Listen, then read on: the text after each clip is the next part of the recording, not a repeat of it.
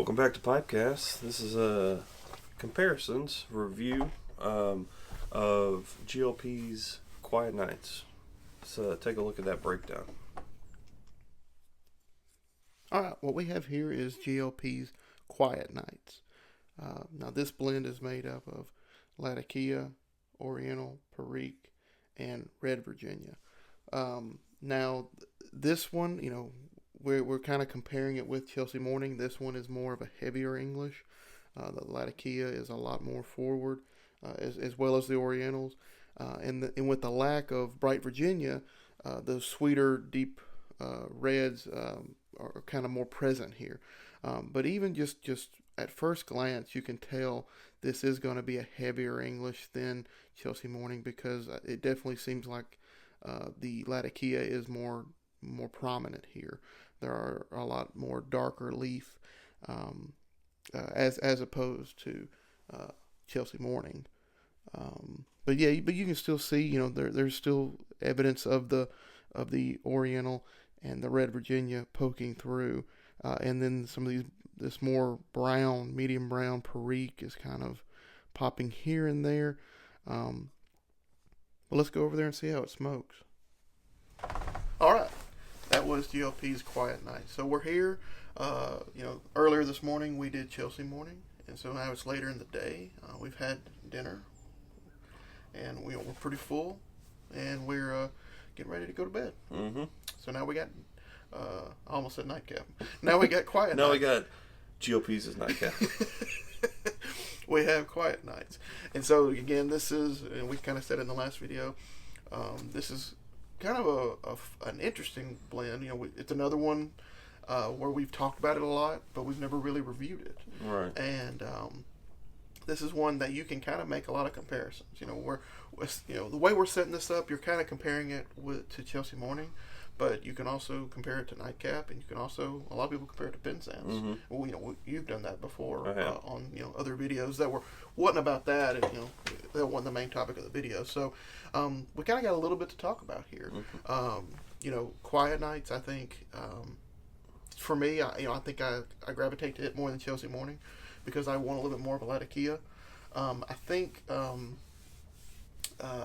the Latakia here is closer to that creosote, that creosote flavoring. That's not in Chelsea Morning at all. Mm-mm. It's not there.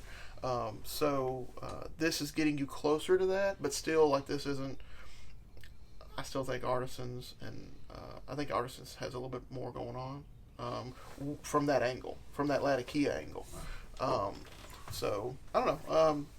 You have a little bit more experience with Quiet Night. Why don't you get on in there and tell us what you think? Well, like I said, Quiet Nights, you could call it GOP's nightcap, because I think that's initially what it was supposed to do. I think it's supposed to be like that. I think it actually draws better comparisons to Penzance, and I have privately in the past done a back-to-back smoke of a 10 of Penzance through a 10 of Quiet Nights to see which one was better. I wouldn't double down I wouldn't do 2 Quiet Nights, I wouldn't do 2 Penzances, I would do 1 Quiet, 1 Penzance. And to be honest with you, GLP's beats the pants off of Penzance. Quiet Nights is, if you're I understand people have a drive to try Penzance because it's kind of a unicorny, I can't capture it blend. Unobtainium. But when you get it, unobtainium is such a better term. But when you get it, you'll find that if you do a comparison with Quiet Nights, Quiet Nights has, it's more readily available. It has better flavoring. It's more consistent throughout the bowl. It is less fussy with what kind of bowl you're using. And overall, pound for pound, it's just a better blend. There's probably some critique in my voice about being hard to get JF Germain, and you should actually if it's so hard to get, how elevated it should be. Yeah. Is that really their fault? I was thinking about that the other day. You're blending off the Isle of Jersey. There's exportation, there's importation, there's limitation, blah blah blah. But I can't get you, so that means I'm going to judge you a little bit more fiercely than if I could just get you, and Pease is easier and more readily available. But Garwith, they still have to deal with all that. That's true. But, Golith is on the main aisles. Jersey is a little bit off the beaten path from Britain. But either way, and it's smaller too, so they'll have to import all the tobacco and then export all the tobacco. And I'm sure the exportation goes from Jersey to Britain to a larger exportation, so I'm sure there's more steps. Either way, I do think if you could take all that away and you'd give me both blends and let me smoke them, I think I'm going to gravitate towards Quiet Nights every time. I just think it's a better blend. As Patrick mentioned, this is creosote. Latakia is up front and center. This is a stand up. You're about to get a good, robust smoke, and be prepared for it. As far as flavor goes, nicotine, it is light. For the Perique and the Retro Hell and the Perique, this is not Artisan's blend. You're not going to feel anything in your nasal cavities on a Retro Hell. This is a very soft but memorable smoke. Yeah. A woodsy, savory tobacco that, if smoked cautiously, carefully, meditatively, hypnotically, you can find sweetness. You can find a little salinity. You can find a woodsiness, a nuttiness. It can be creamy when it wants to be. But once again, this is a Latakia up front and center blend that lends itself to a night, quiet, evening smoke. You could definitely take this for a walk through your neighborhood or through the park. Yeah. Everyone will smell you coming. This is one of those where it's like, I'm tired of my guests. I'm about to run them off. Light this up. It is aromatic in the most pungent way possible. Yeah. When people talk about room note being brutal, like if you're a non-pipe smoker or a non-Latakia aficionado, this is what's gonna run you off. Yeah. It's pungent and as far as it smells, and everyone talks about that. They're like, man, what do you smoke? Everyone, if it's the first time they've ever smelled a Latakia blend, it is a more pungent thing. Yeah. Now, one thing to know, maybe we get into this a little bit, but so there's no Bright, Virginia here. There was in Chelsea. I don't know how much that makes a difference there, but I will say, as far as that Latakia goes, and maybe this lends itself to artisans having that Syrian Latakia, but this doesn't seem as smoky.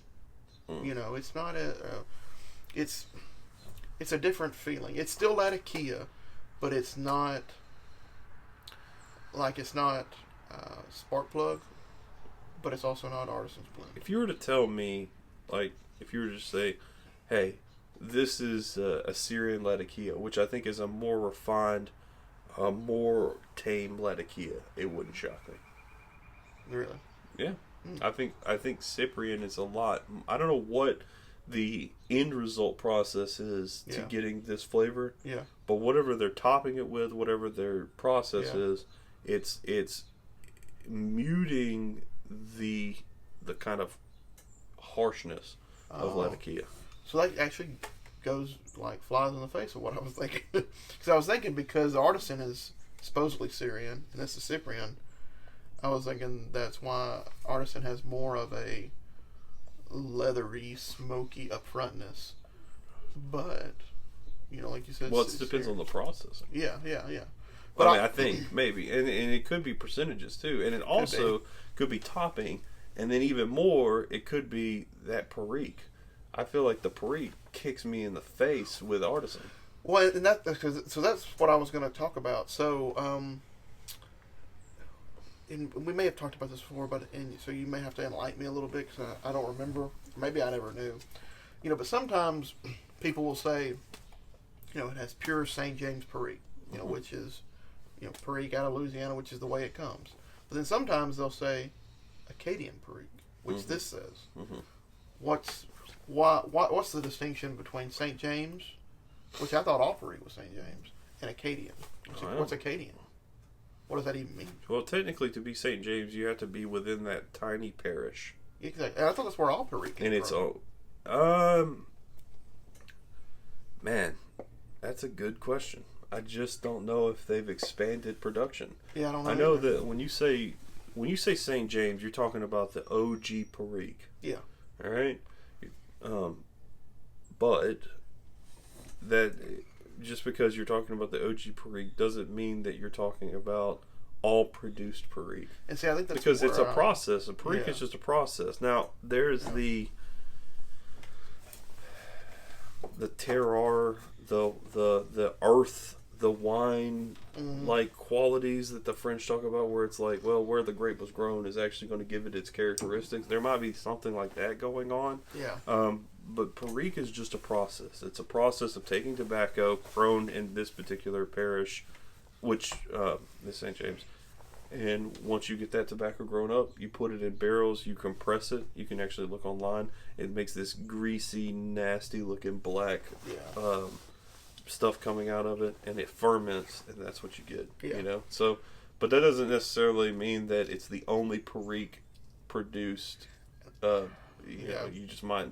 Acadian might just be like, yeah, it's one parish over. It's not exactly St. James Perique or something like that. And see, I think maybe this is a misunderstanding on my part, but when I was getting into it and I was learning, I just assumed that Perique, when I see the word Perique, that's St. James.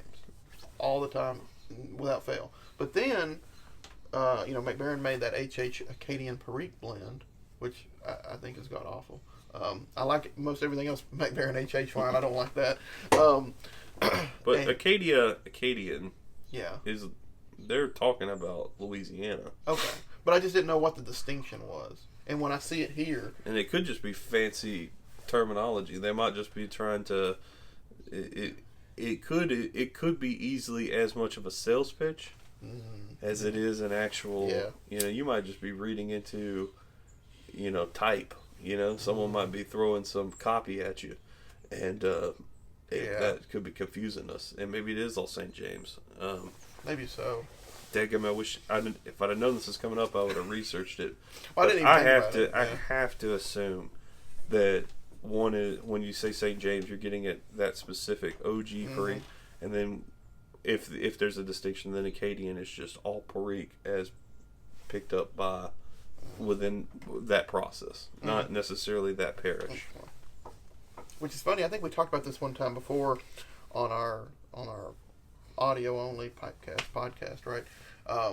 We talked about that process of Perique creating that like slimy, and then I even attempted, but I never finished it. But I was going to write like a Lovecraftian type story since it's in Louisiana, and you could maybe like if somebody is smoking Perique, they maybe start seeing visions of Cthulhu or Realier.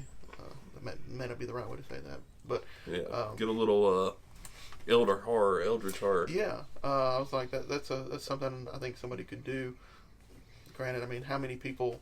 That's another thing too. And I kind of catch myself doing it, and I kind of don't know if I should do it or not. But when I write, any excuse I can to have some character smoking a pipe, I do it. And I kind of start thinking like, should I even do that? Like, is that becoming like too obnoxious?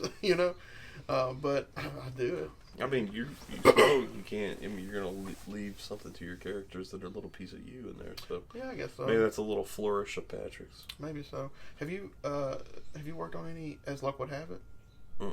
Oh, okay. No. I'm just the kids have taken the pen away from me.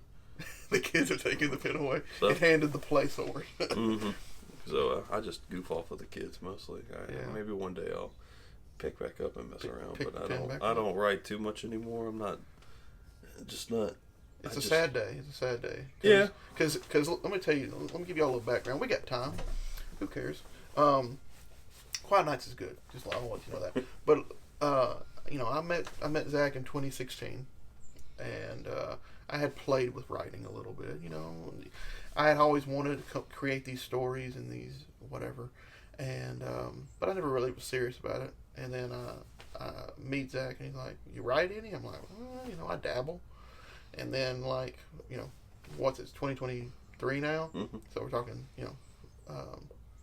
7 years later? Yep, 7 years later. And I've written a lot more. I wouldn't say they're good, but I've written a lot more, and then